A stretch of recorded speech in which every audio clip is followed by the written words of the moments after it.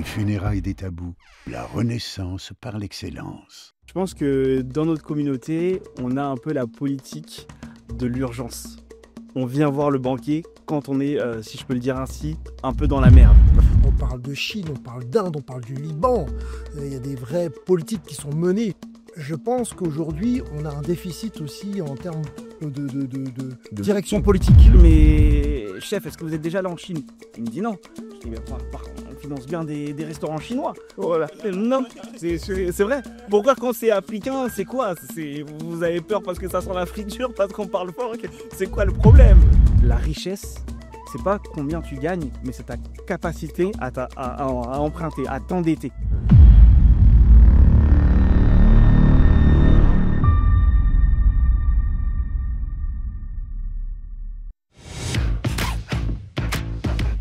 Eux ont repris les épiceries et les commerces de proximité. Eux ont repris les restaurants et les usines de textiles. Et eux ont repris les industries et les grandes entreprises. Et nous, on reprend quoi? Aujourd'hui en France, plus de 30 000 entreprises saines, rentables, déjà en activité, cherchent un repreneur. Elles peuvent vous générer un salaire confortable chaque mois sans repartir de zéro. Le tout, c'est de savoir où, quand et comment s'y prendre.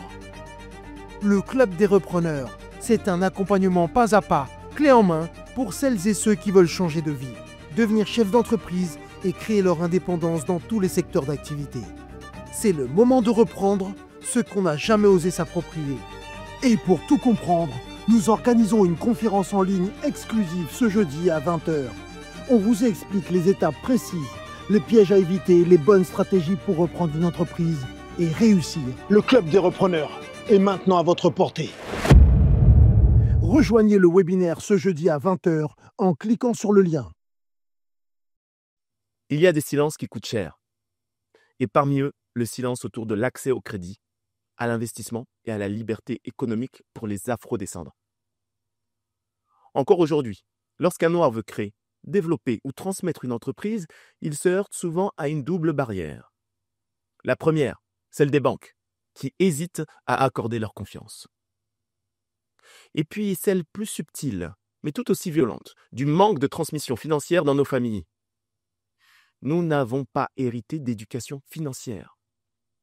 Nous avons trop souvent grandi loin des codes de l'investissement, des réflexes économiques et des stratégies de patrimoine. Et parfois, sans même nous en rendre compte, nous avons intégré certains blocages, comme des vérités. Pendant ce temps, d'autres communautés rachètent, optimisent, transmettent. Le reprenariat, cet art de reprendre des entreprises existantes, rentables et solides, est en plein essor. Mais nous sommes encore trop souvent absents. Alors comment casser ce cycle? Comment reprendre ce qu'on ne nous a jamais transmis? C'est tout l'enjeu de cette émission. Et pour débattre, nous avons le plaisir d'accueillir Chris Kinanga, ancien banquier devenu repreneur d'entreprise, qui accompagne aujourd'hui celles et ceux qui veulent sortir du cercle de la frustration pour entrer sur celui de l'action. Bonjour. Bonjour. Merci de me recevoir aujourd'hui. Donc, je suis Chris Kinanga, ex-banquier, devenu entrepreneur et coach mentor en reprenariat. Donc, j'accompagne des porteurs de projets qui ont le désir de reprendre des entreprises. Nous sommes aujourd'hui accompagnés par Jessica William, chroniqueuse de l'émission, spécialiste de la transmission transgénérationnelle, qui viendra nous éclairer sur les mémoires financières conscientes et inconscientes qui traversent nos lignées. Bonjour, je suis Jessica William, mentor en mindset d'investisseurs et j'ai la chance d'accompagner des investisseurs sur le parcours de leur réussite et je suis ravie de participer à cette émission. Et enfin, cette émission est rendue possible grâce à Philippe Fabignon, producteur engagé dont le travail contribue à faire émerger une parole libre, structurée et tournée vers des solutions concrètes. Bonjour à vous, toujours fidèle au poste et avec toujours la même envie, celle d'aller plus loin, plus haut, de transmettre. Donc cette émission va être riche justement, je pense, en transmission et en information. Donc allons-y, je suis heureux d'être accompagné par Jessica William et entouré et back-upé par Chris Kinanga, ce spécialiste du reprenariat, ex-banquier, et bien entendu, notre Christian Kamschweng, animateur Alors, star. qui a été comparé à Denzel même, notre Denzel. Non, on va pas aller trop loin. Il faut doser. Bon, bienvenue dans les funérailles des tabous, là où on ne contourne pas les vraies questions, là où les tabous tombent et où les solutions se construisent. Alors, Chris, on va parler justement de financement, on va parler de ton parcours. Est-ce que tu peux aussi nous parler de toi, l'ex-banquier? Y a-t-il des biais dans le financement des afrodescendants? Alors, merci pour cette question qui est super intéressante. Je vais commencer déjà par mon parcours personnel. Donc, moi, tout a commencé quand j'étais enfant. Je me souviens encore, ma mère m'avait posé une question: Chris, qu'est-ce que tu veux faire plus tard? Et à cette question, j'ai répondu que j'aimerais être le meilleur footballeur du monde. Et puis après, j'ai dit à ma mère, je veux être le meilleur acteur du monde. C'était encore une réponse un peu cliché, mais c'est ce que j'avais autour de moi. Et après, je dis à ma mère, non, je veux être le meilleur trapéziste. Je voulais travailler dans le cirque. Et en fait, ce que j'ai compris dans les éléments de réponse que j'ai donnés à ma mère, c'est que je voulais être la meilleure version de moi-même. Néanmoins, autour de moi, tout était assez précaire parce qu'il faut savoir que je suis l'aîné d'une fratrie de 5 enfants. Et donc, on a grandi dans un environnement, comme je l'ai dit, précaire. Où ça, on a grandi dans le 91, à Corbeil-Essonnes, pour être plus précis. Okay, et puis après, à Cergy, dans le Val d'Oise. Ok. Et donc, avec mes frères et sœurs, on avait l'habitude de dormir dans le même lit. Parfois, j'ai fait mes devoirs à même le sol. Et à 20 ans, j'ai appris que j'allais être papa. Ah oui, quand même. Ouais, c'est une bonne nouvelle comme ça sur le papier, on se dit génial, mais la réalité, elle était tout autre parce que il faut savoir que je n'avais pas le permis, j'avais pas de diplôme, j'avais rien et j'allais avoir le plus beau cadeau que la vie a pu me donner, donc un enfant. Et à ce moment-là, j'ai un déclic. Je me dis, Chris, tu n'as plus le droit à l'erreur, il faut que tu puisses reprendre ta vie en main. Et donc avec la mère de mon enfant, tous les deux très jeunes finalement, parce qu'elle avait 19, moi j'en avais 20. J'avais pas envie de gâcher sa vie, donc je lui ai dit continue tes études et moi je vais rester papa pendant 2 ans, papa au foyer. Et donc pendant 2 ans, je me suis occupé de ma fille, j'ai enchaîné des petits jobs, livreur, j'ai nettoyé dans des chantiers, etc., etc. Et puis un jour, je vais voir mon banquier, et je vais ouvrir un compte dans une banque, et le banquier me prend un peu de haut, et il me dit tu fais quoi dans la vie? Je lui dis rien. Il me dit, tu as un enfant? Je lui dis, oui. Tu es marié? Oui. Et là, il me regarde, il me prend un peu de haut. Il me dit, ça va être compliqué, hein, pas de travail, des charges, etc. Juste un compte courant, en fait. Ouais, c'était l'ouverture d'un compte courant avec une carte et je demandais même un découvert. Et là, il me regarde, il me dit, ouais, mais le découvert que vous me demandez en plus, vous me demandez un découvert, mais je ne peux pas vous en donner parce que vous n'avez pas de revenus. Et là, j'ai été animé d'une rage et je me suis dit, plus jamais, je vais laisser les gens décider à ma place et je vais être à la place de celui qui est en face de moi. Et donc, je décide de reprendre les études jusqu'à l'obtention d'un master en finance. À quel âge la reprise d'études? 21, 22? Ah ouais, 22. Et donc, du coup, je reprends les études, j'obtiens mon master et je deviens banquier. Oh, super. Ouais, voilà. Franchement, Comment tout a commencé. Ok. Et donc, finalement, tu es entré dans le système bancaire.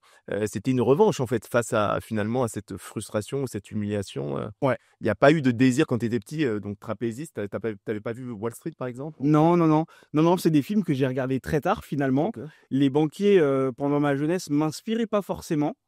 Peut-être un peu les entrepreneurs, mais c'était vraiment une revanche sociale. J'avais envie d'exceller et de montrer que j'étais capable. Et c'est comme ça que j'ai débuté ma carrière de banquier. Donc, dans un premier temps, j'ai été chargé d'affaires entreprises. J'accompagnais des investisseurs institutionnels, des entreprises qui faisaient un chiffre d'affaires de plus de 5 millions d'euros. Okay. Ensuite, je suis parti travailler dans un fonds d'investissement. Et après, je suis revenu banquier plus classique, on va dire, dans une agence bancaire en tant que chargé d'affaires professionnel. Et j'ai décidé de quitter la banque pour me lancer dans le reprenariat. Et donc, j'ai racheté une entreprise aujourd'hui. Et j'accompagne également des repreneurs, comme je l'ai dit, d'entreprise. Ok. Jessica, qu'est-ce que tu penses finalement de... Enfin, c'est un parcours assez spécial, hein. On a l'impression de à la recherche du bonheur. Je sais pas si ça vous parle. Will Smith. Ouais, voilà, Will Smith. Alors, toi, t'en penses quoi déjà de ce parcours? Parce qu'il a fait beaucoup de sacrifices. Exactement, bah, c'est un très beau parcours à valoriser. Je pense que c'est important aussi de se rendre compte que dans la communauté, il y a énormément de personnes comme Chris qui réalisent que la situation dans laquelle ils ont évolué est peut-être déjà meilleure à celle de la génération qui les a précédés, mais il a mis l'énergie, la volonté de faire que pour les générations qui vont le suivre, ces conditions soient encore meilleures. Et je pense c'est quand même un point qui nous caractérise un peu tous qui sommes dans la communauté, quel que soit le milieu. Hein, parfois, on peut même être issu de milieux moyens, aisés, mais avoir envie de tendre vers un niveau socio-économique plus important. Et on voit que ça nécessite d'y mettre de l'énergie, de faire certains sacrifices, parfois même très lourds. Vous pouvez dire que reprendre les études avec un enfant à un certain âge, c'est pas évident. Pourtant, vous avez su le faire et ça porte ses fruits. Et aujourd'hui, c'est très intéressant. Voilà, c'est des parcours à mettre en avant et à valoriser, je pense. Ouais. Non, c'est clair. Moi, je suis très impressionné. Et puis, je vois au niveau de votre carrière, donc, il y a la finance d'entreprise. Oui. Il y a un peu la finance, j'allais dire, d'investissement au niveau des fonds. Oui. Et puis, oui, vous revenez ensuite, oui, en tant que chargé d'affaires, donc vous vous occupez des entrepreneurs, en fait, du financement d'entrepreneurs, parce qu'au départ, c'était du financement institutionnel. Exactement. Non, c'est assez fort. Peut-être que il y a des choses que vous avez vues à travers votre parcours. Nous, on est vraiment concentrés sur la communauté. Y a-t-il vraiment un biais? Est-ce que, voilà, y a-t-il un biais en ce qui concerne le financement? Ouais, en fait, c'est marrant parce que je parlais avec un ami avant de préparer l'émission et il me disait finalement, est-ce que les banques, elles aiment prêter aux afros, à la communauté africaine ou afro-descendante? Et est-ce que c'est un mythe ou une réalité le fait que parce que je suis noir, eh ben, on va me mettre un refus d'office? Je lui dis alors, pour moi, c'est pas exactement ça. C'est la décision du banquier, elle a rien à voir avec la couleur de peau ou l'origine de la personne qui est en face du banquier. Ce qu'il faut comprendre, c'est le système bancaire et les règles un petit peu. Je pense qu'en fait, on joue peut-être un jeu, le jeu de l'argent ou le jeu de l'investissement, mais pas avec les mêmes cartes, pas avec les mêmes règles. Et donc, du coup, il faut comprendre, premièrement, ce que c'est une banque. Une banque, finalement, c'est un établissement financier qui prête de l'argent. Donc, la banque, elle a besoin de prêter de l'argent pour fonctionner, Ouais, pour faire du, ouais. voilà, pour faire du bénéfice. Et elle a aussi vocation à faciliter l'échange de la monnaie. Donc, elle a tout intérêt à vous prêter. Néanmoins, il y a une différence entre le banquier et l'investisseur. L'investisseur, quand il vous prête de l'argent, il va partager le risque avec vous. Donc, si le projet capote, il perd tout l'argent qu'il a misé. Et si le projet fonctionne, il va partager les bénéfices avec vous. Le banquier, c'est différent. Quand il vous prête, il va avoir l'assurance qu'il reçoit son argent. Ouais. Et quand lui vous prête, on va prendre un exemple simple, un banquier, quand il prête 1 euro, globalement, on dit qu'il reçoit 1,30 €. Donc, c'est pour ça qu'il prête avec intérêt. Et donc, le banquier, comme je l'ai dit tout à l'heure, il va avoir l'assurance qu'il va recevoir son dû, ce qu'il vous a prêté, avec ses intérêts. Et là, il va se pencher sur votre vie. Il va regarder qui vous êtes, comment vous gérez votre compte. Est-ce que vous avez beaucoup de découverts? Est-ce que vous tenez bien vos comptes? Est-ce que vous préparez vos projets? Qu'est-ce que vous avez fait avant d'arriver devant lui? Vous avez rencontré d'autres banques? Quel est votre parcours? Etc., etc. Et je pense que c'est à partir de là qu'il y a certains éléments qui vont pénaliser la communauté afrodescendante. Donc, en gros, si je résume votre point de vue, c'est plus l'idée que, OK, il y a des règles, Ouais. mais on ne les connaît pas suffisamment, en fait. Exactement. OK. Et Philippe, peut-être toi, en tant qu'entrepreneur, oui? Alors, déjà, je voulais faire une introduction par rapport à ce que j'ai entendu de Christine Anga, qui nous a parlé de sa famille. Effectivement, donc on sent qu'il y a une éducation. On parle d'éducation familiale, ensuite on parle d'éducation scolaire. Pour certains autres de la communauté, on parle beaucoup d'éducation spirituelle, ce que je peux comprendre et ce que j'entends. Alors d'autres, c'est carrément l'éducation sexuelle. Ouais.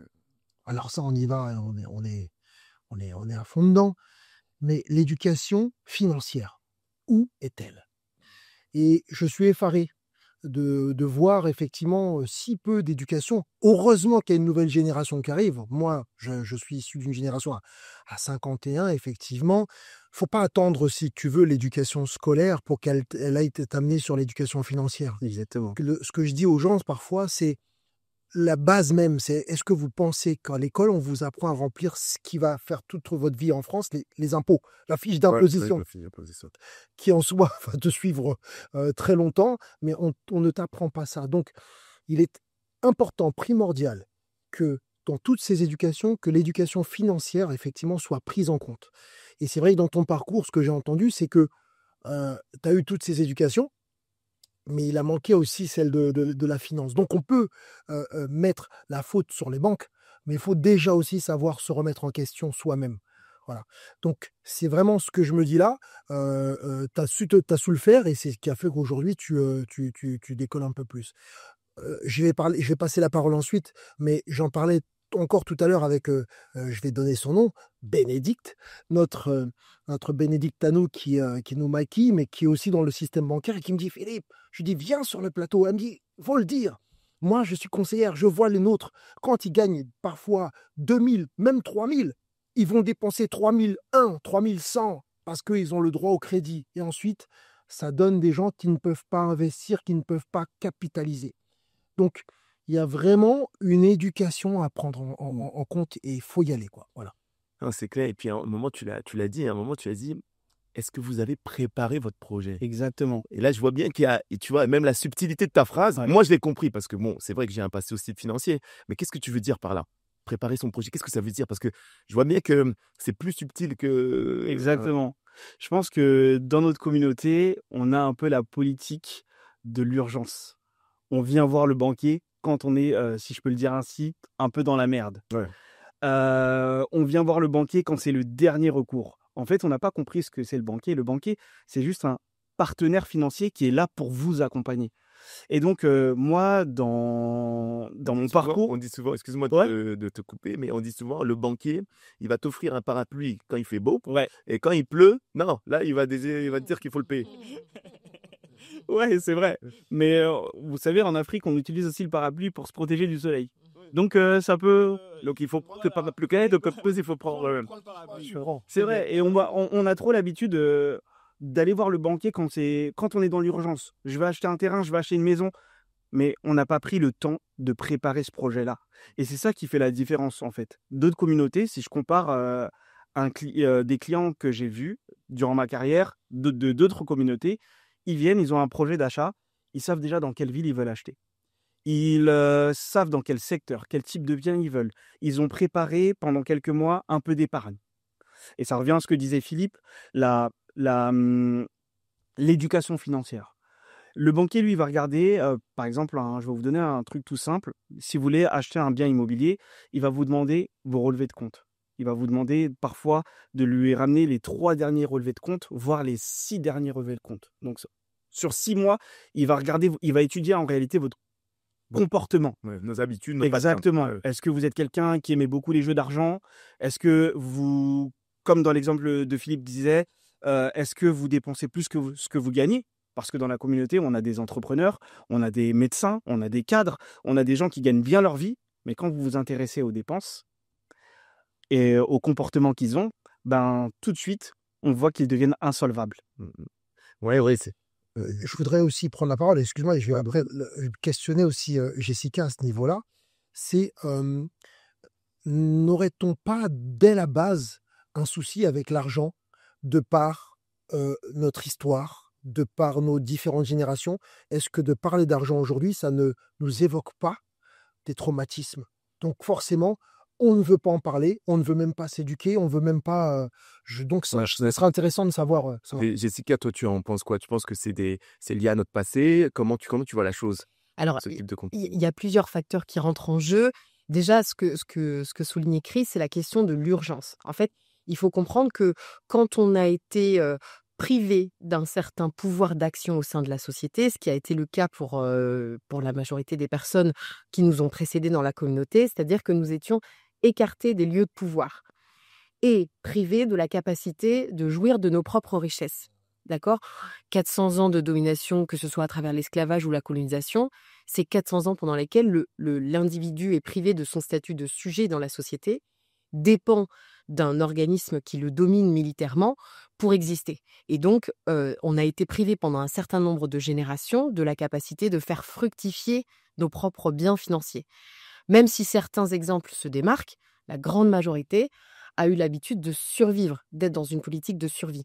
Donc, dès qu'on avait une somme d'argent, l'idée, c'était de la répartir pour gérer les urgences, manger, se soigner, majoritairement. Et donc là, on est sorti de cette période-là depuis finalement peu de générations, 2, 3 générations. Ouais. Et donc finalement, d'acquérir la possibilité de se projeter sur du long terme, ce n'est pas donné à tout le monde au vu de ce passé finalement très proche dans l'échelle du temps. Donc, l'éducation financière auprès de la communauté afrodescendante, elle vise aussi à aider les jeunes générations à se projeter sur du 10, 15, 20, 30, 50 ans. Parce que, en fait, les comportements qui visent à dépenser un salaire conséquent, ça répond aussi au principe de plaisir immédiat. On est très content d'avoir évolué dans l'échelle sociale, d'avoir acquis ce statut, on est content de l'argent qui rentre. Et finalement, on n'en est pas encore à se dire que pour pouvoir maintenir un niveau de vie intéressant d'ici 20, 30, 40 ans et laisser un patrimoine à ses enfants, très important, à la question de la transmission à nos enfants, eh bien, il faut travailler dès maintenant. C'est dès maintenant que même en mettant des petites sommes de côté, on va garantir un patrimoine plus intéressant et la transmission de ce patrimoine. Et ça fait quelque chose de nouveau. Et pourtant, ma chère collègue, là, je vais prendre la voix des détracteurs, mais on se rattache beaucoup à cette période qui est de l'esclavage, qui est certes importante, la colonisation aussi, mais pourquoi on ne se rattache pas à avant Mansa Moussa, toutes ces figures qui ont été les plus riches de l'histoire? Qu'est-ce qui fait que nous, alors qu'on soit rattaché à ce que tu dis, à un pan de l'histoire et pas sur l'intégralité. C'est parce que dans l'Afrique, on se rappelle de ce pèlerinage avec de l'or sur les chameaux et c'est je comprends. Tout à fait. L'opulence financière était présente en Afrique avant le début de la colonisation. Le problème, c'est que beaucoup d'afrodescendants n'ont pas forcément conscience de la richesse de l'histoire de l'Afrique au-delà des 400 derniers siècles, enfin des 4 derniers siècles, des 400 dernières années. Dans l'échelle du temps, bien sûr que l'histoire de l'Afrique s'est démarquée par sa grandeur, par ses richesses, par ses conquêtes, par ses liens commerciaux avec l'Asie notamment. Et donc, c'est une partie de l'histoire qu'il nous faut réhabiliter aujourd'hui. C'est-à-dire que même si on sent que dans la communauté, il y a de plus en plus de personnes et de plus en plus de médias aussi qui mettent en avant ce que les afrodescendants ont été avant la rencontre avec le colonisateur, il n'empêche que dans l'imaginaire commun, ce qu'on retrouve quand même souvent, c'est l'idée de la pauvreté, du manque, de la maladie, de ce qui nous fragilise, et on a du mal à s'identifier à ce qu'a été le continent avant l'arrivée des colonisateurs. Alors, est-ce que tu penses que c'est qu'une question d'histoire? Parce que moi, je pense, Philippe l'a mentionné, mais c'est vrai qu'on a du mal à gérer l'abondance, comme tu le disais, c'est-à-dire qu'on n'est pas prêt à la gérer. On peut le voir avec les footballeurs, on peut le voir avec les stars de la NBA.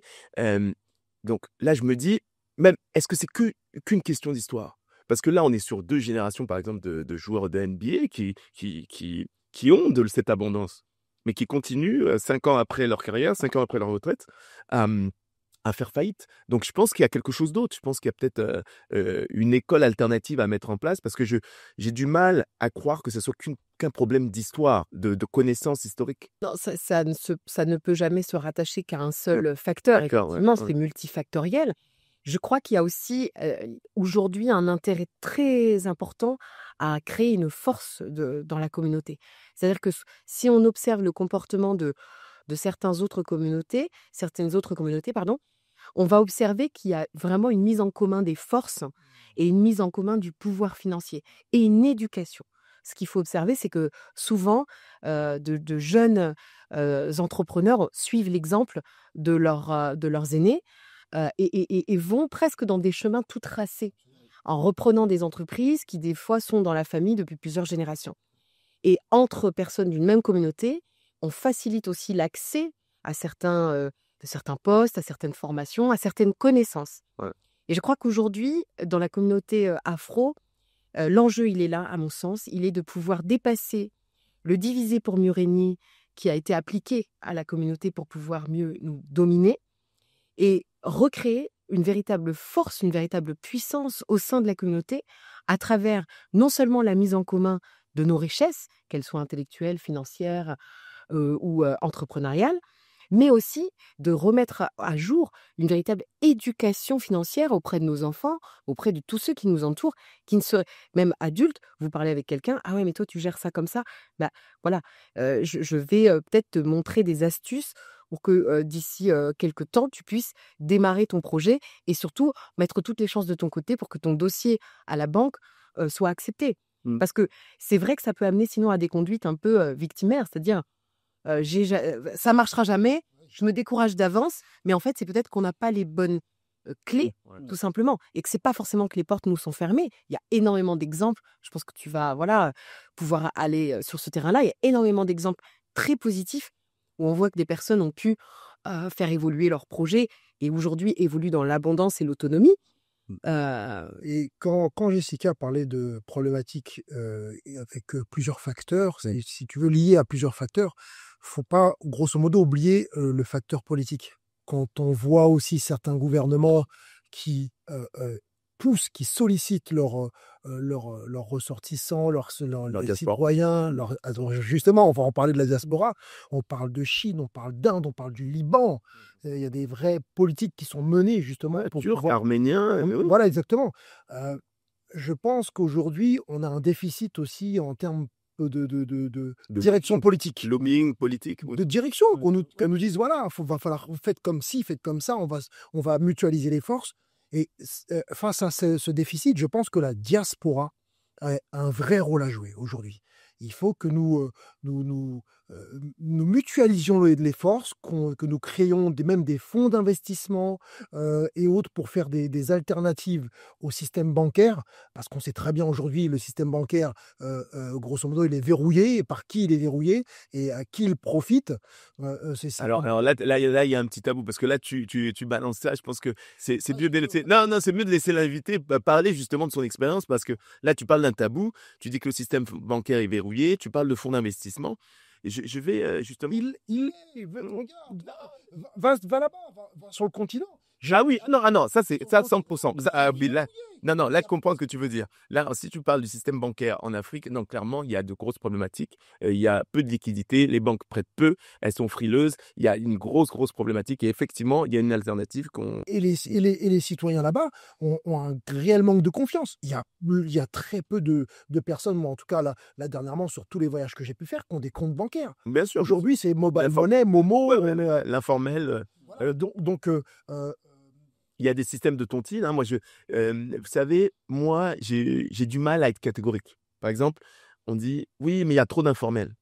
Moi, je suis pas contre l'informel. C'est-à-dire, c'est aussi une sorte de contre-pouvoir. C'est-à-dire que je suis pas contre l'informel. C'est comme si demain, aujourd'hui, en Europe, on éliminait le cash.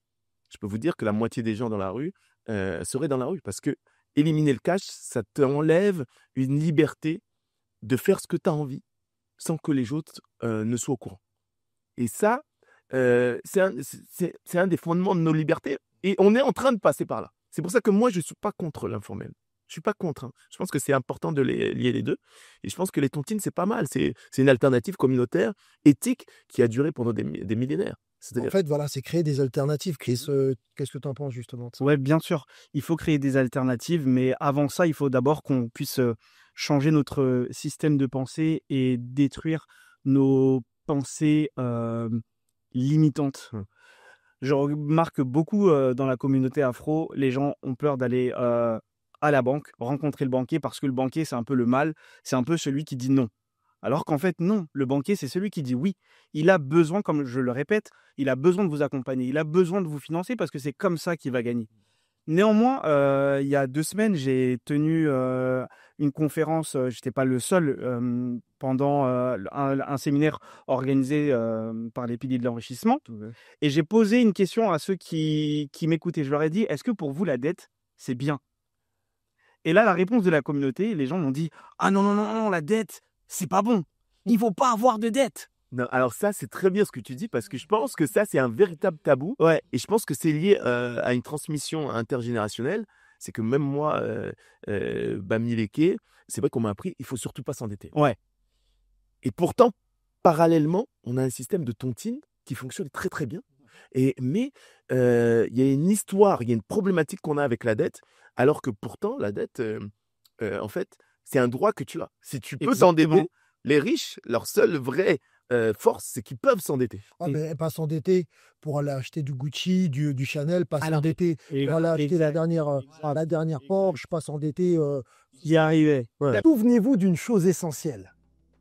Le combat pour notre dignité, pour notre autonomie, pour notre avenir se joue aussi sur le terrain économique. Il ne suffit pas de s'indigner ou de s'éveiller, ce qui est bien en soi, mais il faut aussi s'armer par le savoir et par l'action et par l'enrichissement aussi. C'est dans cette logique que nous avons lancé les piliers de l'enrichissement. Un programme, plus que ça, un pont entre ceux qui veulent apprendre et ceux qui ont déjà réussi. Des mentors d'expérience dans des domaines clés comme l'immobilier, la bourse et la crypto-monnaie, le business en ligne, le mindset et le développement personnel, mais aussi l'investissement entrepreneurial. Ces experts ont accepté de transmettre ce qu'ils ont mis des années à maîtriser et à apprendre pour qu'à votre tour, vous puissiez bâtir, sécuriser et faire fructifier vos projets. Nous avons conçu 3 programmes adaptés à tous les profils. Pour les plus curieux qui veulent démarrer à leur rythme. Pour les déterminés qui veulent se former en profondeur. Mais aussi pour les ambitieux qui veulent aller loin avec les meilleurs à leur côté. Le lien est en description où vous pouvez même demander un appel gratuit avec un membre de notre équipe pour savoir quel programme vous correspond. Donc cliquez sur le lien dans la description. Parce qu'à travers votre enrichissement individuel, c'est toute une communauté qui s'élève. Et si nous voulons exister demain, nous devons dès aujourd'hui créer de la valeur, en maîtriser les leviers et apprendre à la transmettre. C'est essentiel pour les générations à venir, mais même celles d'aujourd'hui. Quand chacun s'élève, le collectif devient inarrêtable, ça j'en suis sûr. Alors, à très vite pour apprendre, pour bâtir et pour gagner ensemble. Cliquez sur le lien dans la description. C'est ça. Ouais. En fait, c'est là qu'on voit que l'éducation financière, elle est déterminante parce qu'il y a dette et dette. Effectivement. Nous évoluons dans un système, si on en comprend les rouages, on peut jouer avec et on peut atteindre ses objectifs. Après, ça, c'est le côté pratico-pratique. Maintenant, Chris a raison, il faut vraiment miser sur la question du mindset. Parce que vraiment, l'état d'esprit, les croyances limitantes, ça constitue un véritable frein pour atteindre nos objectifs. Et dans la communauté afrodescendante, nous avons énormément d'héritages liés à notre histoire personnelle, mais aussi liés au transgénérationnel, qui nous coupent parfois de nos rêves, de nos ambitions. Ça nous paraît trop loin. En fonction du milieu dans lequel vous allez évoluer, si vous vivez dans un milieu où finalement tout le monde est entrepreneur et évolue dans des entreprises abondantes, si vous avez les mêmes ambitions, ça va vous paraître très proche. Alors que si vous évoluez dans un milieu où tout le monde galère depuis plusieurs générations et salarié dans des travaux, dans des emplois précaires, et vous voulez devenir auto-entrepreneur et dans l'abondance financière et l'autonomie, bien sûr que ce rêve, il va vous paraître beaucoup plus éloigné. Ce qui va vous permettre de l'atteindre tout de même, c'est de venir dépasser toutes ces croyances dans lesquelles vous vous êtes construit en fonction de votre milieu. Et c'est très important de miser dessus parce qu'il y a plein d'étapes, y compris l'obtention du financement bancaire, qui vont être déterminées par la qualité de notre état d'esprit. Et ça, c'est vraiment quelque chose qu'il est important de comprendre.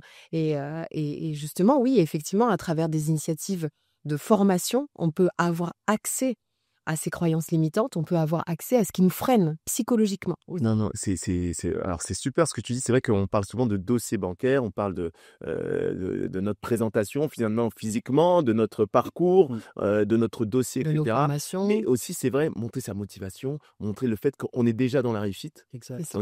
On veut pas réussir, on est dedans en fait. Exactement. Et vous êtes juste un moyen. Si vous voulez pas, il y en aura d'autres moyens, etc.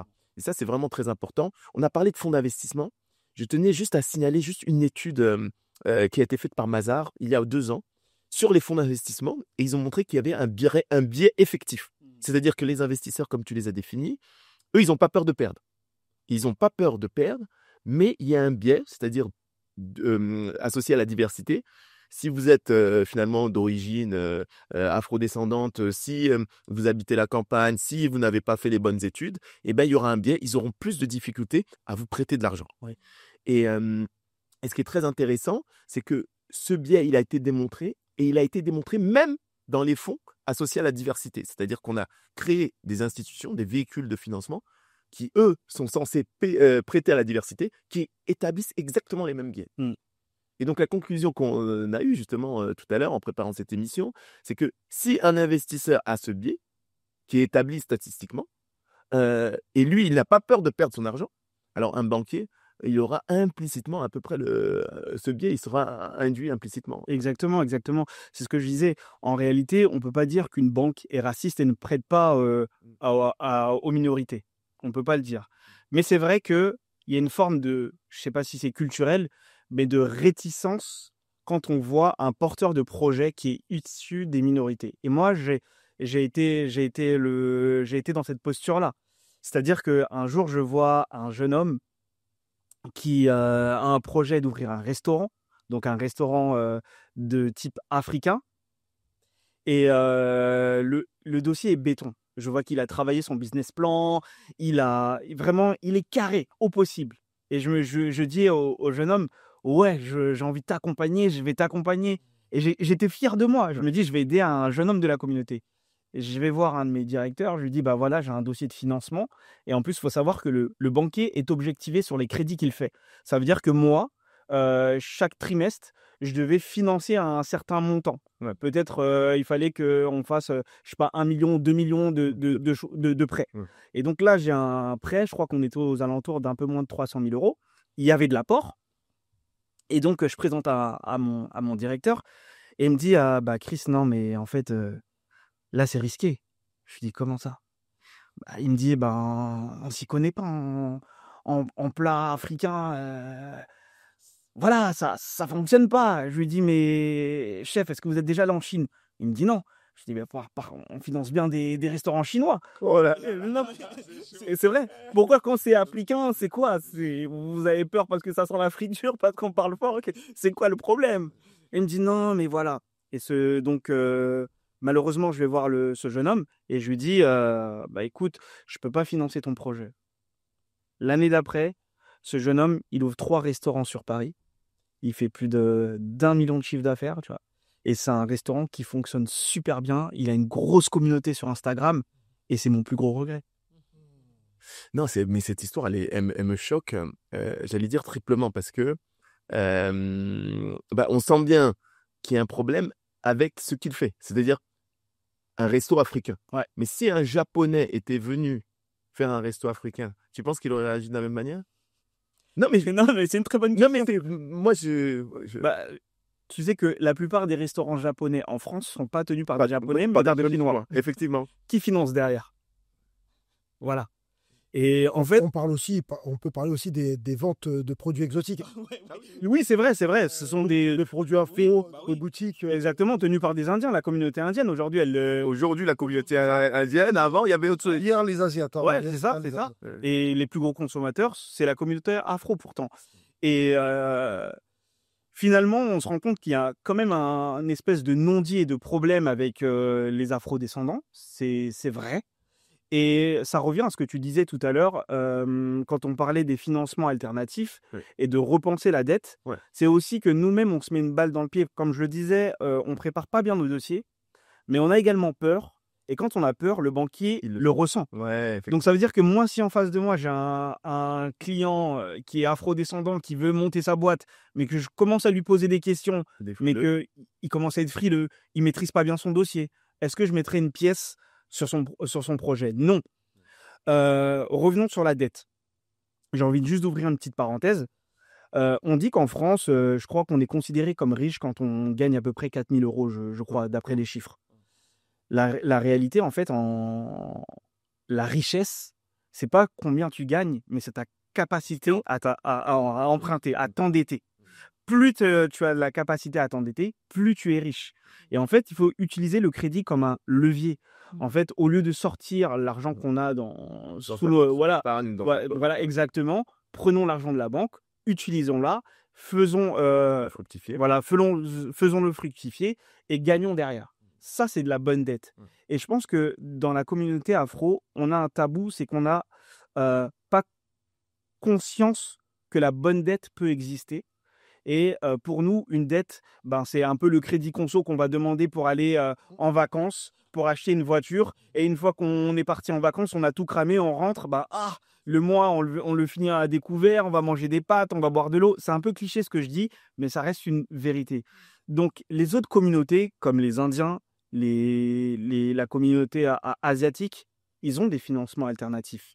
En fait, ils construisent ensemble. La communauté juive aussi le fait très bien. C'est-à-dire qu'ils ont aussi des systèmes de tontine. Ils ont des systèmes où, quand un a réussi, il va aider le neveu, ou il va aider le cousin, ou il va aider le cercle familial. Et nous, aujourd'hui, on a perdu ça. Ouais, effectivement. Et donc, du coup, on est devenu, si je peux le dire, un peu dépendant de notre héritage culturel financier, mais aussi de la décision des banques. Et c'est ce qui nous pénalise.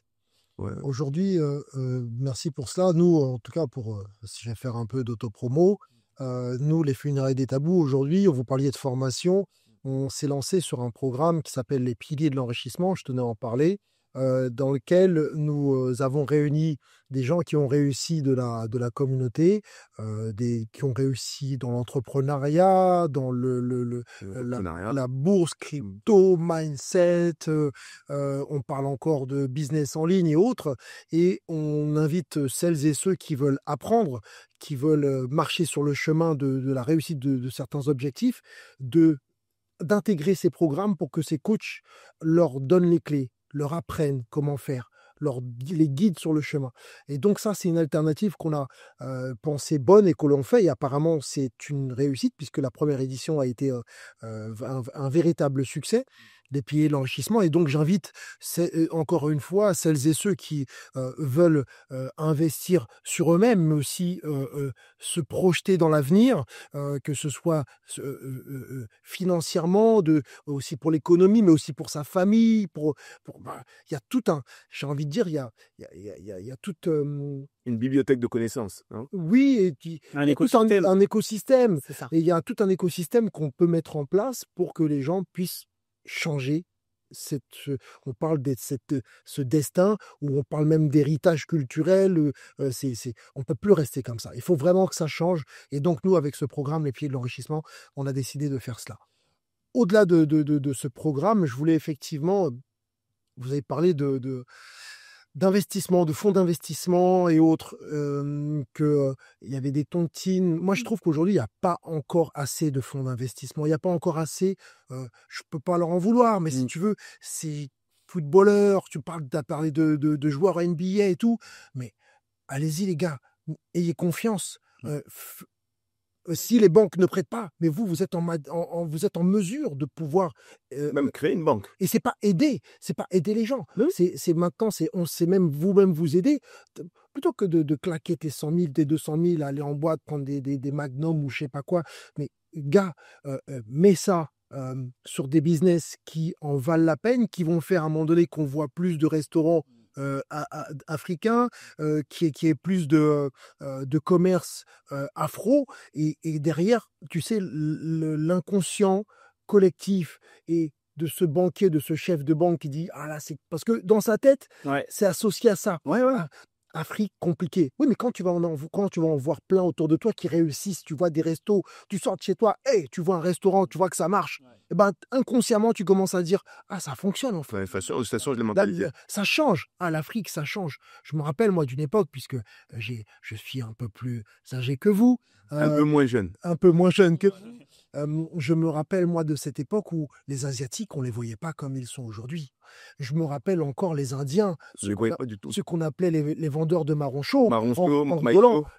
Les pacates, aujourd'hui, c'est plus le même délire. Ils achètent des immeubles entiers, ils reprennent toutes les épiceries. Et ça aussi, j'aimerais qu'on reparle de reprenariat, de reprendre les entreprises. Donc, inconsciemment, même maintenant, quand moi et d'autres, on voit cette communauté indienne, ça change. On n'est plus du tout sur le même Sur la même image. où on se dit ah c'est compliqué, ah c'est pas bon, c'est si. Nous aujourd'hui effectivement les Afros, on est encore dans ce carcan, dans cette espèce de mauvaise image de nous-mêmes. Ouais. On peut la changer. Les investisseurs, la diaspora, les investisseurs, ceux qui qui sont footballeurs, acteurs, je donne pas de nom, mais peuvent aussi impulser ce mouvement-là et en Ouais, tout cas, franchement. donner une force. Je peux rebondir sur un truc que tu viens de dire. Rebondis fort. Ouais, mais qui est super important. On a une mauvaise image de nous-mêmes. Là, je vous ai tenu un super bon discours depuis tout à l'heure, en tout cas, je pense. Mais il y a une réalité. Je vous ai dit que je suis un repreneur d'entreprise et quand j'ai voulu reprendre ma première entreprise, j'ai dû faire une levée de fonds. Ouais. Et je me souviens, en fait, j'avais le droit de demander à peu près en cumulé 70 000 euros quand j'ai contacté des organismes. Et c'était avec 20 000 minimum, je crois. Ouais. Et donc, qu'est-ce que j'ai demandé au départ ? Le minimum. Pourquoi j'ai demandé le minimum ? Parce que je me suis dit, on va pas me donner plus. On va pas me demander plus parce que bon, je suis noir, parce que machin. Et les gens autour de moi qui n'étaient pas noirs, qui sont non noirs, qui sont européens, qui me disent, mais attends, mais Chris, t'as le droit à 70 000, mais prends les 70 000, vas-y, demande-le. Ouais. Et là, c'est à ce moment-là que je demande les 70 000, et au final, j'ai eu les 70 000. Non, c'est très vrai ce que tu dis. C'est un blocage qu'on a tous. Moi, je me souviens aussi quand j'ai commencé à entreprendre. Et c'est vrai que à chaque fois, j'ai ce truc où je me dis, même quand tu fais ton business plan, Ouais. tu dis, tu vas vers le minimum. Oui. C'est-à-dire que même le scénario le plus optimiste chez toi, c'est un scénario médian en fait. Alors que tous les autres, ceux qui sortent d'école de commerce, on leur apprend très tôt, ah non, mais si tu veux lever des fonds, mais il faut être ambitieux. Si tu es légèrement ambitieux, on ne veut pas de toi en fait. Un investisseur, il veut faire x10. Et toi, tu montes un x1,5. C'est vrai. Et ça, c'est ton éducation, c'est l'école, et tes parents. On a la côte, ma veille, il est là pour donner des éléments, pour les coups. Et justement, effectivement, c'est très important ce sur quoi on met le doigt là, parce qu'il y a la question de la domination induite par l'histoire, il y a aussi la question des poids idéologiques qui ont été appliqués aux populations afrodescendantes pour les maintenir dans un certain cadre, à une certaine place dans la société. L'humilité, le rapport à l'argent, l'idée qu'il ne faut pas en demander trop, qu'il faut rester à sa place, qu'il faut être un peu discret, ça, c'est quelque chose qui a été aussi imprégné en nous. Les religions ont contribué parce qu'elles ont été utilisées à des fins politiques. Il faut se le rappeler, le christianisme a été utilisé à des fins politiques pour mieux dominer les populations afrodescendantes. Et donc, quand aujourd'hui, je rencontre des investisseurs, il y a bon nombre de freins qui viennent de cette idée que manipuler l'argent ou même se valoriser, avoir confiance en soi, pouvoir se lever devant sa communauté proche et dire, voilà, moi je veux faire ça ou je suis fière de ce que je fais. Les gens souvent vont dire, ouais, mais si je dis ça, ils vont me dire que je me la pète. Non, vous voyez, il y a des croyances inconscientes qui sont véhiculées vraiment au sein de la communauté. Et aujourd'hui, j'ai envie de dire, nous pouvons lever ces barrières, mais je rends hommage régulièrement à ma grand-mère notamment, qui travaillait dans les champs de canne il y a 2 générations de moi. Son travail, sa détermination, toutes les souffrances qu'elle a endurées et face auxquelles elle a survécu, m'ont permis aujourd'hui d'être là, d'avoir fait les études que j'ai pu faire. C'est comme un devoir que j'ai d'aller plus loin quelque part. Et aujourd'hui, nous évoluons dans une société où certaines portes qui étaient fermées il y a encore 20 ou 30 ans, aujourd'hui sont ouvertes. Donc, allons-y. J'ai envie de dire, ceux peut-être qui nous écouteront et qui n'auront peut-être même jamais eu l'idée d'investir, vous avez la possibilité aujourd'hui dans la société dans laquelle nous évoluons d'atteindre votre autonomie et votre liberté financière. Mais faites-le par devoir envers tous ceux qui ont été privés du fait de leur statut de le faire. C'est que, vous voyez, ça va même plus loin que le simple loisir de se dire qu'on peut ou pas. Presque, on a le devoir. Mission. Et s'ils ne peuvent pas, s'ils n'ont pas le courage, ou en tout cas on peut ne pas avoir le courage, eh ben entourez-vous quoi. Il y a du monde, si c'est parce que tu disais que les portes sont ouvertes aujourd'hui, il y en a pas, je pense qu'il y en a encore certaines qui sont fermées. À plusieurs, on va les défoncer ces portes. Ouais. Exact. À plusieurs, on peut les casser. Plus on sera fort au sein de notre communauté, et plus on abondera dans la société, comme le font les autres communautés, et on abondera pour notre continent, pour le développement de notre continent. Et ce qui est important aussi de relever, c'est que le diviser pour mieux régner a été vraiment un fléau et constitue parfois, je vois par exemple la façon dont parfois au sein de la communauté afrodescendante, on porte des critiques les uns envers les autres, c'est des choses qui ressortent souvent dans les parcours des entrepreneurs. La peur de se mettre en avant, la peur de demander des conseils à d'autres personnes de la communauté par peur qu'on vole le projet ou qu'on sabote le projet. Donc, il y a encore beaucoup de choses sur lesquelles nous devons lutter quelque part, enfin en tout cas nous réparer pour refaire une communauté forte et puissante. Et là, c'est par rapport à un petit clin d'œil au niveau médiatique. Il y a guère que dans la communauté afrodescendante que j'observe qu'on se critique autant les uns les autres par médias interposés ou réseaux sociaux. On est très prompte à dire « ouais, elle a fait ça », alors que dans d'autres communautés, je n'observe pas autant d'animosité entre les différents membres. Ça, c'est significatif de quelque chose.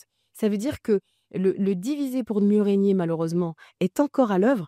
Et j'invite vraiment chacun d'entre nous à se poser des questions par rapport à ce phénomène et à se dire comment est-ce que je peux réapprendre à être heureux pour le parcours d'un Chris Kinanga, comment je peux me réjouir de sa réussite et m'en inspirer. Parce que ce qu'on constate aussi, c'est que certains se disent je peux, moi j'ai toutes les clés en main. Non. Inspirons-nous des personnes qui ont réussi, qui ont atteint leurs objectifs. Arrêtons avec les orgueils qui disent qu'on peut y arriver tout seul, sans l'aide de l'autre. C'est ça vraiment l'intérêt que je vois dans le fait de recréer une force au sein de notre communauté. Et effectivement, les piliers de l'enrichissement, pour moi, c'est vraiment un biais par lequel la communauté peut retrouver sa force et sa puissance. C'est vrai que c'est un rendez-vous. Hein. Je pense que c'est important pour l'audience de noter ce rendez-vous, hein, ce que tu as initié, Philippe. D'ailleurs, j'ai eu l'opportunité justement d'intervenir lors des piliers de l'enrichissement. Et c'est vrai que ce qui m'a scotché, c'est que tu as réussi à réunir des gens qui ont réussi, mais qui sont prêts à transmettre, qui ont cette humilité et cette conscience communautaire. Et ça, c'est pas facile. La plupart du temps, je vois des gens avec beaucoup d'ego, qui veulent finalement se mettre en avant et réussir à réunir des Avengers capables d'aider le commun, la communauté. C'est fort, c'est fort, c'est fort. On va quand même essayer de faire un dernier tour de table. Hein. Je pense qu'on va faire un dernier tour de table. Et quel conseil pourrais-tu donner justement, Chris, à un jeune qui veut peut-être soit reprendre une entreprise ou même aller voir son banquier? Est-ce que tu as un ou deux conseils Ouais. Là, c'est vrai que là, pour aller au-delà, c'est vrai ce que tu dis, il y a une vraie opportunité, oui, parce que j'ai entendu reprenariat tout à l'heure. Oui, oui. C'est devenu son créneau à Chris. Le reprenariat est quelque chose qui est une opportunité de marché aujourd'hui, et tu vas nous en parler, Chris. Pareil, là, certains veulent se développer et on se conforte sur je vais créer mon entreprise, je vais y arriver tout seul, je vais faire.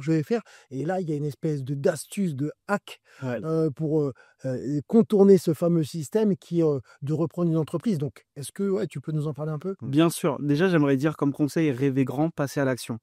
Et effectivement, sauter sur l'opportunité qu'il y a dans le reprenariat d'entreprise. Pourquoi reprendre au lieu de créer? Il faut savoir que quand on crée une entreprise, de toute façon, vous êtes des entrepreneurs, on sait que dans les premières années, c'est les trois premières années impossible de se rémunérer. Et si on arrive au bout de la 3e année, c'est un miracle parce que 50% des entreprises qui sont créées dans les 3 ans ferment. Ouais. Et là, on a un gros marché en ce moment, c'est le reprenariat. Pourquoi? Parce que la France, elle est vieillissante et on a des créateurs et des entrepreneurs à succès qui partent à la retraite et qui peuvent pas transmettre, en tout cas, à leur entourage. Donc, du coup, ils veulent céder, vendre leur entreprise parce que même fermer une entreprise en France, c'est compliqué et ça coûte cher. Donc là, l'opportunité, c'est de reprendre l'entreprise, de reprendre des entreprises, pardon. Et moi, pourquoi je suis parti sur le reprenariat? Tout simplement parce que j'avais envie d'améliorer mon niveau de vie. Tout à l'heure, au début, je vous disais que j'avais envie d'être la meilleure version de moi-même pour donner en fait le meilleur à ma mère, pour lui donner une meilleure vie, une meilleure qualité de vie, pardon. Et donc, moi, j'ai voulu reprendre une entreprise parce que je me suis dit, attends, je suis banquier, j'ai un master. Et à l'époque, quand j'ai terminé mes études, un gars qui avait fait un master en finance dans une bonne école de commerce, à la sortie de ses études, il gagnait à peu près 38 000 euros. Donc, ça fait à peu près l'équivalent de 2 200 euros. Mais je me dis, attends, j'ai fait 5 ans d'études pour ça, pour gagner ça? Non, non, non, non. Il faut revoir quelque chose. Donc, j'ai voulu reprendre une entreprise parce que déjà, le hack derrière ça, c'est que quand on reprend une entreprise, déjà, on reprend une entreprise qu'on appelle in bonis, c'est-à-dire qui est saine. Et c'est une entreprise qui nous permet de nous rémunérer. Donc, entre moi, mes critères, une bonne entreprise pour moi, c'est une entreprise qui permet aux dirigeants de se rémunérer environ entre 80 000 euros, 100 000 euros à l'année. C'est une entreprise qui a déjà des clients, c'est une entreprise qui a des fournisseurs, qui a du matériel, et c'est une entreprise qui génère du bénéfice chaque année. Donc, si vous reprenez une entreprise, il faut savoir que dès le lendemain, vous pouvez déjà vous payer. Dès le lendemain, vous êtes le patron. Vous êtes aux commandes. Et ça, c'est génial. Au lieu d'attendre, j'aurais peut-être attendu 10 ans pour... ou allez, si j'étais vraiment excellent, peut-être 5-6 ans de plus pour gagner 80 000 euros. Et là, au bout de quelques mois, après avoir acheté une entreprise, le salaire, j'ai obtenu le salaire espéré. Voilà. Fois 3, fois 2. Ouais, exactement. Fois 2, fois 3,5. Ça peut paraître même insensé. On se dit, mais attends, comment une entreprise qui génère de l'argent, qui a des employés, où tout va bien, pourquoi le chef d'entreprise veut la céder, veut la revendre, puisque on ne lâche pas un produit qui gagne, on n'arrête pas une équipe qui gagne non plus. Donc, pourquoi? Il y a plusieurs raisons. Déjà, on a dit, le profil des cédants, généralement, c'est des personnes qui vont à la retraite. On sait combien c'est difficile d'avoir, en tout cas, une retraite confortable en France. Ce sont aussi des gens qui ont été entrepreneurs toute leur vie. Ils n'ont pas eu forcément une vie de famille très stable. En tout cas, ils n'ont pas été très présents pour les enfants. Donc, on se rend compte que les enfants ne veulent pas reproduire les erreurs des parents et se construisent avec un autre schéma. Exactement. Donc, les enfants n'ont peut-être pas vocation à reprendre l'entreprise des parents. Ils veulent faire autre chose, ça se comprend. Et faut savoir aussi que ce sont des gens qui ont été entrepreneurs et qui veulent faire autre chose, en fait. Je vais prendre mon exemple. La personne qui m'a vendu l'entreprise, elle avait une 60aine d'années. Ses 2 enfants ne voulaient pas reprendre l'entreprise. Il m'a vendu la société et aujourd'hui, avec cet argent, il est parti s'installer dans le sud et il a ouvert 2 restaurants. Donc, il fait quelque chose de complètement différent. Mais là encore, je vais poser... Vas-y. Mais là encore, toi, tu avais une situation, tu avais un CDI, tu avais une... Voilà, parce qu'il y a des gens qui peuvent se poser la question, qui se disent, ouais, mais pour reprendre une entreprise, il faut avoir beaucoup d'argent. Ouais. Merci pour cette question, Philippe. Mais est-ce que tu es prêt pour la réponse? Laisse-moi vous. Est-ce qu'on est prêt? Est-ce que vous êtes prêt pour la réponse? Parce que ça va revenir à ce qu'on disait tout à l'heure, les barrières limitantes. Et moi, d'ailleurs, j'ai échangé à ce sujet avec Jessica lors du séminaire des piliers de l'enrichissement, parce que j'ai eu le privilège de manger à côté de toi à un moment donné. Et ce que je disais à Jessica, c'est que quand je vais faire une offre pour acquérir l'entreprise, la vérité, c'est que je n'ai pas un rond. Oui, un banquier sans argent, ça existe. J'avais peut-être la folie des dépenses, mais c'était une période de ma vie où je n'avais pas un rond. Mais ça, c'est la réalité. Et je vais voir le mec qui me vend la boîte et je lui dis, écoute, je vais faire une offre. En face de moi, il y avait une femme qui pouvait acheter la société cash. Elle n'avait même pas besoin de crédit. Et le cédant, il me dit, mais t'as l'argent, t'es sûr que tu vas avoir le crédit? Je lui dis, oui, oui, j'ai l'argent. Je vais acheter ta boîte. Et là, j'étais convaincu, je me suis dit, je ne sais pas comment, mais je vais acheter cette boîte. J'ai pas forcément beaucoup d'épargne, c'est pour ça que je vous dis que j'ai pas un rond. Et il va se passer une situation dans mon travail qui va faire, suite à un désaccord, je vais perdre mon travail. Mais finalement, je vais recevoir une compensation financière. Mais cette compensation, elle est minime face au prix de l'entreprise. Je ne vais pas acheter une boîte avec ce que j'ai reçu. Et tout au long de mon parcours, on se rend compte que finalement, il y a des organismes qui nous donnent de l'argent. Et il y a aussi des financements, comme vous l'avez dit tout à l'heure, alternatifs. On n'a pas trop développé, mais il y a une possibilité aujourd'hui. C'est-à-dire que quand on est face à un cédant et qu'on veut racheter une entreprise, on peut lui dire « Ok, je t'achète l'entreprise par crédit bancaire ou par crédit vendeur. » Et ça, c'est un nouveau hack. Le crédit vendeur, ça permet à des personnes qui n'ont pas d'épargne ou peu d'épargne de pouvoir acquérir une entreprise. C'est quoi le crédit vendeur? C'est très simple. Admettons que la société, elle a à vendre pour 1 000 euros. C'est un exemple. Vous dites, OK, moi, j'ai que 500 euros. Donc, je vais donner 500 euros au vendeur et je m'engage, avec accord du vendeur, de régler les 500 euros restants sur 2-3 ans. Et en fait, ces 500 euros restants, vous ne les avez pas. Mais comme vous avez acheté une société qui est en bonne santé, elle va générer du bénéfice. Et en fait, avec l'argent du bénéfice, vous allez le donner au cédant. Donc oui, c'est possible d'acheter une entreprise avec peu de moyens ou même avec pas de moyens. Je ne dis pas que c'est facile. Il faudra juste être persévérant. Il faudra briser les barrières mentales. Et oui, c'est possible. Et il y a aussi d'autres organismes. Il faudra juste savoir taper à la bonne porte. Et il va falloir aussi, à un moment donné, que nous, la diaspora, et Exactement. d'autres investisseurs, d'autres qui ont les moyens, on puisse se faire confiance les uns les autres et se dire, bah tiens, si Jessica veut ouvrir ça, un restaurant, ou Chris veut ouvrir je ne sais pas quoi, ou Christian, ben j'ai confiance, je vais positionner tant d'argent pour qu'il puisse avoir ses fonds pour commencer son entreprise. Exact. Si on n'a pas les banques qui marchent avec nous, on peut se fédérer nous-mêmes. Ouais.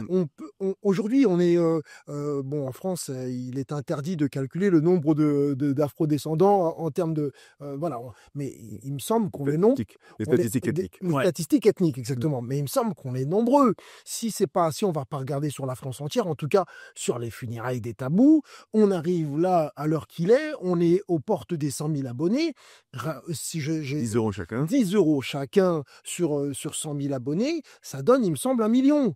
D'accord? Ça donne 1 million. 1 million et vos 10 euros, si je les prête à Chris, son entreprise, elle fonctionne, il y a des dividendes, vos 10 euros, vous les récupérerez et peut-être même plus. Et en plus de cela, au-delà de l'argent, Chris qui réussit sa boîte. Grâce à la communauté. Grâce à la communauté, Psychologique. d'autres vont se faire. Ce qui se fait, lui, de bien, il le fait pour les autres. C'est bon aussi pour vous. Quand vous voudrez créer, vous aurez plus de facilité puisque dans l'inconscient des gens, parfois même de ces fameuses banques ou autres, on se dira « Ah, il y a d'autres business qui ont déjà marché, donc je vais aussi y aller. » Et on ne va pas se dire que dès que c'est noir, dès que c'est africain, c'est compliqué. C'est quoi ça? Non, bien sûr. Et puis, pensez même, c'est ce qu'on appelle, on a le marché primaire. Le marché primaire, c'est que tu as une réussite grâce à la communauté. Le marché secondaire, c'est que potentiellement, moi, en tant qu'actionnaire sur ta boîte, bah, demain, ma nièce, elle recherche un stage. Et bah, potentiellement, elle pourra gérer.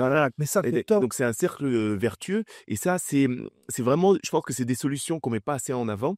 Et c'est un savoir qu'on va retrouver dans d'autres communautés, dans d'autres cercles. Et là, c'est bien que ça se fasse sur les funérailles des tabous. Je pense qu'il y a quelque chose qui se met en place avec ces piliers d'enrichissement. J'espère que tu pourras nous en parler, nous dire les prochains événements. Alors oui, il va y avoir des prochains événements. Là, on est en train de mettre tout en place. J'invite tous ceux qui veulent y participer à être dans le lien. Il y aura sûrement les informations. À nous suivre. Voilà, à nous suivre. Voilà, et on va tout donner, toutes ces informations-là. Tu as soulevé vraiment un super truc là. C'est vraiment les stages aussi. Waouh, combien de stagiaires ne doivent plus leur mettre leurs photos, ne doivent plus mettre l'endroit où ils habitent. C'est terrible. Combien de stagiaires un stage quoi. Un stage d'aujourd'hui, c'est rémunéré Chez moi, on est à 594 ou 596 euros, il me semble, par mois. Et au-delà de ça, il y a des stages aujourd'hui qui, avant 2 mois, c'est gratuit. Oui. Donc, et je rencontre encore des jeunes qui ont du mal, qui ont dit, j'ai vu des trucs, mais c'est d'une injustice totale. Toute une promotion. Il n'y en a qu'une poignée qui n'ont pas leur stage. Je te laisse deviner Bien lesquels. sûr. Ouais. Bien sûr, bien sûr.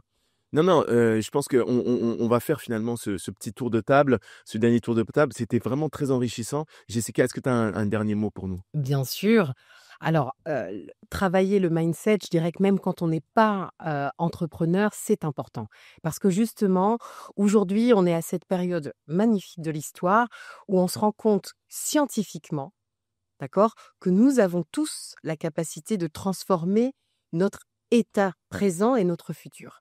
À travers le fait de comprendre comment nos schémas mentaux conditionnent notre vécu et notre réalité, nous avons la possibilité véritablement, et c'est scientifiquement prouvé, moi je suis une professionnelle de la santé mentale à la base, et je mets au service d'investisseurs des connaissances scientifiques et tangibles au service du fait de pouvoir atteindre leurs objectifs. Et c'est quelque chose, aujourd'hui, je pense que c'est un outil incroyable qui est comme une clé qui vous ouvre les portes de votre destin, qui vous ouvre les portes de la meilleure version de vous-même.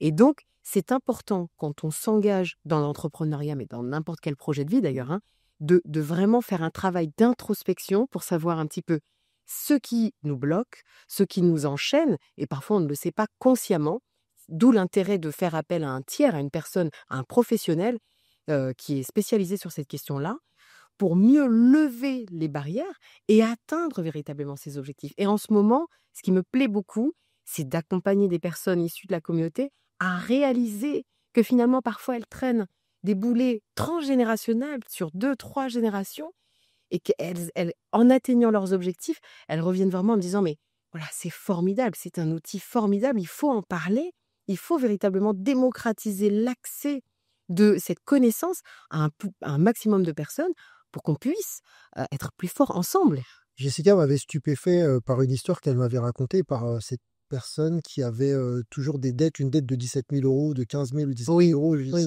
ça serait intéressant que tu nous en reparles là parce que ça m'avait scotché. Oui, tout à fait. Hein. Il s'agit d'une femme qui réalise que à chaque fois qu'elle rompt, soit la première fois avec son père ou rompt la relation avec son conjoint, il se passe quelque chose et elle accumule une dette de toujours à peu près le même montant, entre 15 et 17 000 euros.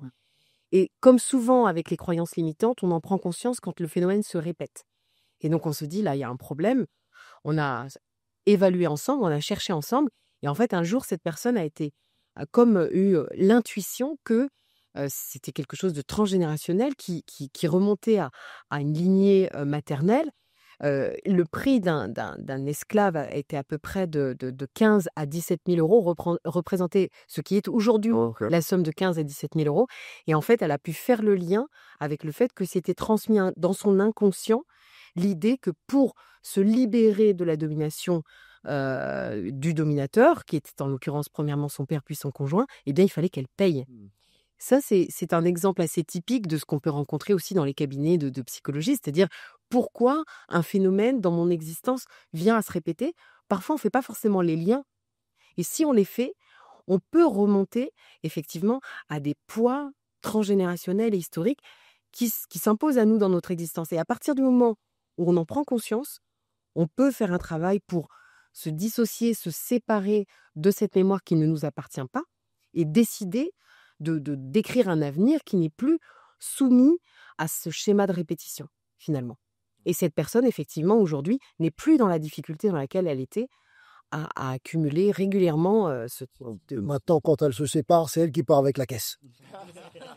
Comme ça. Non, elle a changé le pattern. Le cours de l'histoire, effectivement. Et toi, Philippe, dis-nous un dernier mot.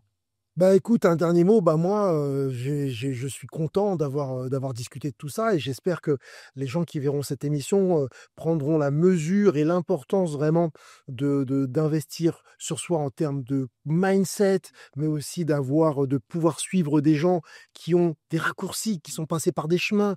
Le reprenariat, pour moi, c'est aujourd'hui, pour ceux qui veulent se développer, qui veulent aller vers une fameuse liberté, qui veulent entreprendre, et ben, plutôt que de reprendre à zéro, il y a des gens comme Chris et que moi je vais suivre qui peuvent vous enseigner comment récupérer une entreprise. Ne laissons pas encore cela aux autres et on reste au bord de la route à regarder la caravane passer et à se plaindre en se disant oui, c'est toujours les autres, ils nous en veulent, ils nous en veulent. Non, on reprend ça en main, on est capable de le faire, il y a tout pour ça. On a les outils, on a les personnes, tout est là pour y arriver.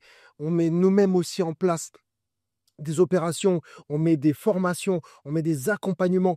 On veut vraiment que notre communauté Change. puisse, en tout cas, nous, on veut contribuer. Ouais. On veut contribuer. Et j'entends déjà certains qui vont dire, oui, mais voilà, ils veulent prendre de l'argent. L'argent, il faut que ça circule. Effectivement. D'accord. Parce que mon savoir, le savoir que tu as investi, le savoir que Jessica a investi, même en termes de temps, ce que tu as aussi, ça a de la valeur. D'accord? Et c'est pas en disant, on va faire partenariat, tu vas me faire gratuit. Ça, c'est pas se donner de la valeur. C'est pas pour, je pense qu'aujourd'hui, on voit bien, pour pas parler d'autres communautés, une qui marche, et on comprend beaucoup en référence, et qui marche très bien. Ils arrivent à se faire passer l'argent entre eux, et il paraît que ça tourne 7 fois dans leur communauté avant que ça sorte. Ouais. D'accord? Donc, s'il vous plaît, avant qu'on ait acheté les chemises italiennes, Les- avant qu'on ait acheté les- les voitures allemandes, Ouais, avant qu'on ait acheté les chaussures, je ne sais pas quoi, faisons tourner ça entre nous, bien sûr. montons ensemble. Et ensuite, je ne dis pas, et je finirai là-dessus, ce que je dis là, ce n'est pas un repli, c'est à un moment donné se concentrer sur nous-mêmes, mais ce n'est pas pour la haine des autres. On va s'aimer déjà nous-mêmes, Exact. et ensuite, après, on va travailler avec les uns et les autres. C'est aussi. clair. Ouais. Non, c'est un très beau message et en fait, c'est vrai que ça résume un peu la volonté finalement d'aller vers l'excellence des funérailles des tabous. Et je sais que vous êtes beaucoup à nous suivre, pas encore assez. Donc, je vous demande de vous abonner, de nous suivre, de vous laisser aussi accompagner. Ce n'est pas un véhicule qui transfère le savoir, maintenant, c'est aussi un véhicule qui vous permet finalement d'aller au-delà de tout ça. Finalement, réussir à comprendre votre environnement. Et au lieu d'avoir des échecs individuels, pourquoi pas avoir une réussite collective? Alors, abonnez-vous aux Funérailles des Tabous, laissez-nous des commentaires, n'hésitez pas à nous suivre. Les piliers de l'enrichissement, c'est très important, ne passez pas à côté. Ce fut une superbe émission, j'espère que vous avez appris beaucoup de choses et on se retrouve très bientôt. Merci, c'était les Funérailles des Tabous. À bientôt.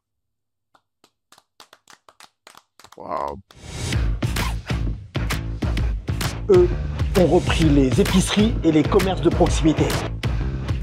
Eux ont repris les restaurants et les usines de textiles. Et eux ont repris les industries et les grandes entreprises. Et nous,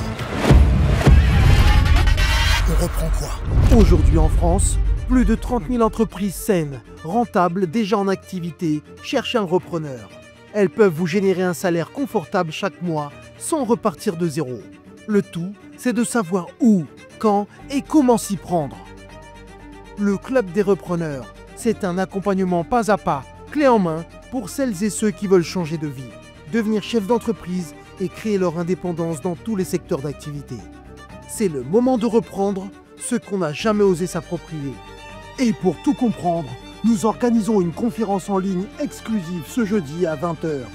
On vous explique les étapes précises, les pièges à éviter, les bonnes stratégies pour reprendre une entreprise et réussir. Le Club des repreneurs est maintenant à votre portée. Rejoignez le webinaire ce jeudi à 20h en cliquant sur le lien.